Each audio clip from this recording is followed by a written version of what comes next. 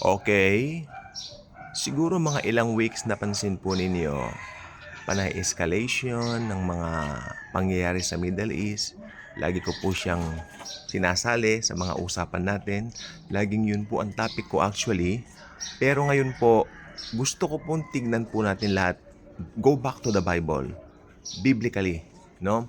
Ganito po, walang senyales, walang signs, no? Kumbaga, nandito lang po tayo sa ating daily living, no? Pero pangahawakan natin yung sinasabi ng Bible, no one knows the hour, no? Siyempre, yung second coming po binabanggit doon. Pero, kung sinabi sa second coming na no one knows the hour or time and all that, no? Sa rapture, ah, lalong hindi natin po alam yan dahil ito po ay imminent, no, na mangyayari. So ngayon, tignan po natin yung katotohanan na nandito tayo sa ating daily living, araw-araw nabubuhay tayo, pero biglang darating siya. Ako, I believe in that. No? Yung sa oras na hindi ninyo inaasahan, biglang darating ang anak ng tao, yan ang binabanggit po ng Biblia. And I believe it can be applicable also to the rapture in a sense na ang mga believers naman ay laging handa eh. Kasi ever since we received Christ as personal Lord and Savior, nandoon na po yung katotohanan na mamamagnet po tayo. Jesus is like a mother magnet at tayo po, yung mga dinikdik na magnet, nagkalat sa buong mundo, pero pag si mother magnet, ilalapit mo dyan, lahat po yan makukuha. Walang buhangin na makakasama. Ang mga magnets na totoo ay ilagay mo man sa mga buhangin. Pag nilagay mo si mother magnet, ang sasama at sasama lang po ay ang mga tunay na magnets. Are you a magnet? Palakpakan natin ang Panginoon. Okay? So ngayon po, gusto ko pong sabihin, ang event, pag binanggit pong Jesus is coming, okay, pumapasok po yung confusion. Jesus is coming. Mostly, most Christians kasi, nasa isip nila, Jesus is coming, no? Patungkol agad sa rapture. Or so they say, patungkol agad sa second coming. Marami pong Christians naniniwala, one event lang, nandoon na raw po lahat. Pero nakakalimutan po nila, the Lord gave us, a mystery. Through Paul. Ito po ay ang tinatawag na pagbabago ng katawan natin. Sabi doon sa Thessalonians, tayong mga nabubuhay ay hindi mauuna doon sa mga namatay na. Ibig sabihin, lahat ng believers ni Christ, ever since noon-noon pa, biglang mabubuhay at magkakaroon ng, glorified body. At tayo naman po, bibihisan na lang po ng glorified body and together we will all be caught up into heaven. At sasalubungin natin ang Panginoon sa air. Makinig pong mabuti. Halimbawa po nag-rapture, no? Kasi mga maaring palitawin ng kaaway, ganito. Baka ipakita ng kaaway na mara-rapture yung mga believers, dahan-dahan, tapos ipapakita si Jesus doon. Pag ganun po nangyari, kung ikaw ay naiwan, no, at nakita mong gano'n nangyari, hindi po totoo yun. Sapagkat ang the rapture of the saints ay isang hidden event, no? Wala po makakakita niyan na unbelievers. Bigla po kaming mawawala dito sa mundo. Ganun lang po. Pero kami po, na mga mananampalataya ni Christ, makikita po namin siya sa air. Nakasuspend po siya. Yun po. Pero halimbawa, ikaw ay unbeliever at naiwan ka, makinig po mabuti, no? Tapos makikita mo may mga tataas na tao dyan, papailan lang itataas. Tapos nakaganon ka, nagigitla kang ganyan. Tapos nakikita mo si Jesus nandiyan dyan, no? It's either nakakabayo ito or nakatayo ito na parang hinihintay yung mga believers niya dyan sa langit. At nakita mo ikaw, naiwan ka. Hindi po yan, hindi po yan rapture. No, ayan po ay pandarayan ng Project Bluebeam. Okay?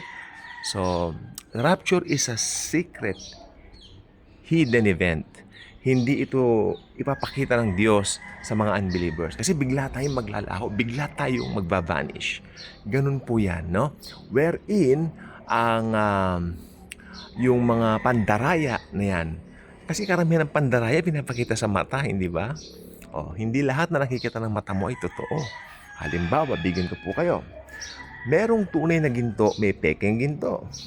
And mostly, halimbawa, may isang tao na talagang nagdi-desire, especially mga kababaihan, nagdi-desire ng isang gintong singsing, pag may lumapit po dyan na magsasabi, half the price or mas mababa pa yung singsing na halaga yung dala niya, pero katulad nung pinakahahangad niyang singsing, maniwala ka, kukunin niya yon without the asking, without raising some questions, dahil gustong-gusto po niya yon.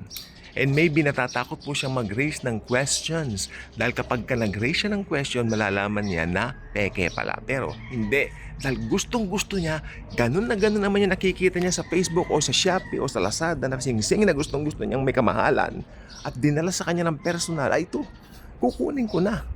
Halimbawa, let's say, yung tunay na singsing. Ito po kasi ang presyo ng singsing ngayon na mahal eh. May mga presyo po ng singsing na nasa 120K. No? Gustong-gusto mo yon. Pambihira, pambili lang ng bigas mo, nahihirapan ka na eh. Tapos may nagdala sa'yo. Ito 5K lang. Tapos sasabihin niya, mga 10 gigs. Kada 10 gigs yan. 500 ang ang bigay mo. Ha? 120K ito ah. Pero bibigay mo na sa akin ng 5K tapos 10 gigs pa. Aba, kukunin ko na. Di ba? Ayun, nandiyan na po ang pandaraya, pandidisip. Without raising some question, dahil gusto lang ngayon, hindi po ba? Ganyan po ang katindi, mandaya ang diablo. On the spiritual side, on the spiritual manner, ganyan din po. Okay? Kaya yung ibang mga tao na nabudol na ng mga ibang paniniwala, ng mga maling pananaw, no, sa Biblia, ayaw na po nila magtanong eh. Dahil gusto nila doon na lang po, komportable na po sila doon. Ganyan po yan. So, pero meron pong isang tinatawag na katotohanan dito na kung ikaw ay padadaya, especially sa mga main doctrine ng salvation, at naniniwala ka na yung salvation mo ay pwede mong itrabaho sa sarili mo, malaki pong consequence niyan. Eternal consequence in hell. Ultimately sa Gehenna, no? At ito po yung mga taong maiiwan sa rapture.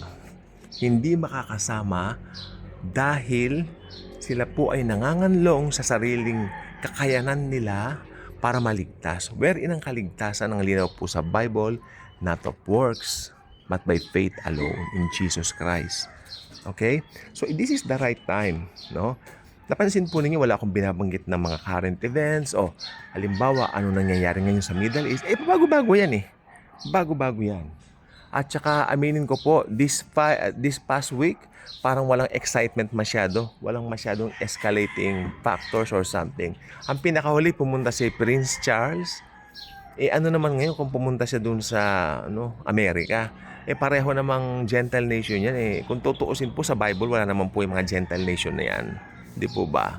May nag-comment dito, yung Babylon daw, yun ang Amerika, ay hindi po.